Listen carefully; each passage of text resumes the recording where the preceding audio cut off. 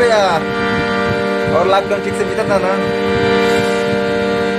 नमस्कार, हम आप लोग के छोटा भाई सौरभ भारद्वाज।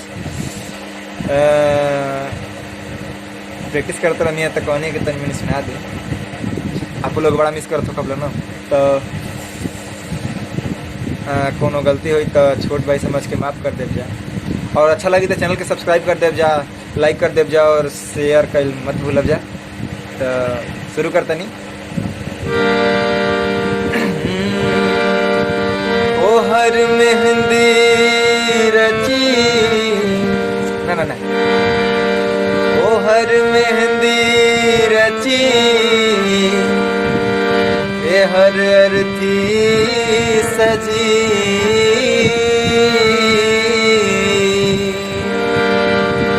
अगर जबरी से उनके दुल्हन बनवल जाई।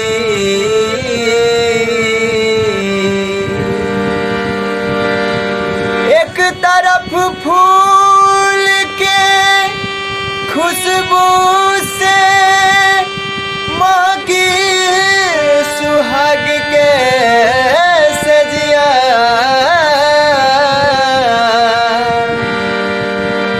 एक तरफ कब्र पे दो फूल चढ़ावल जाई। और का को भैया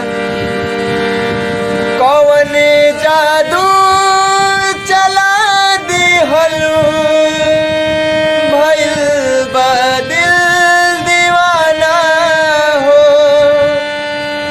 न खुद के बा खबर कोनो कहे मजनू जमाना हो।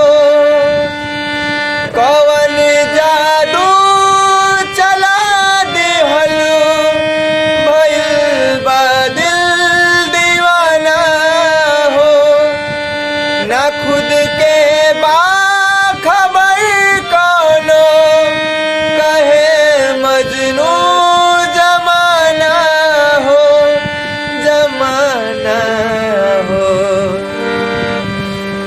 जिगर के चोट से अखियाँ रहेला रात भर जागल,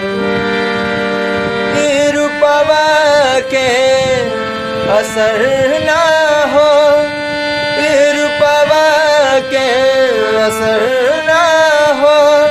प्रीतिया कर गई पागल, मोहब्बत कर गई अखिया, न धड़कन के खबर लागल।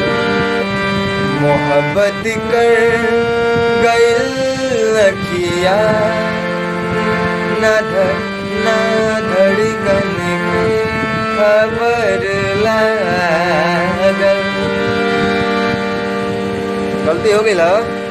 कहल जाला ना कि अरे चांद में भी दाग बत आटा में नून जैसे तन में कमी होत रहेला।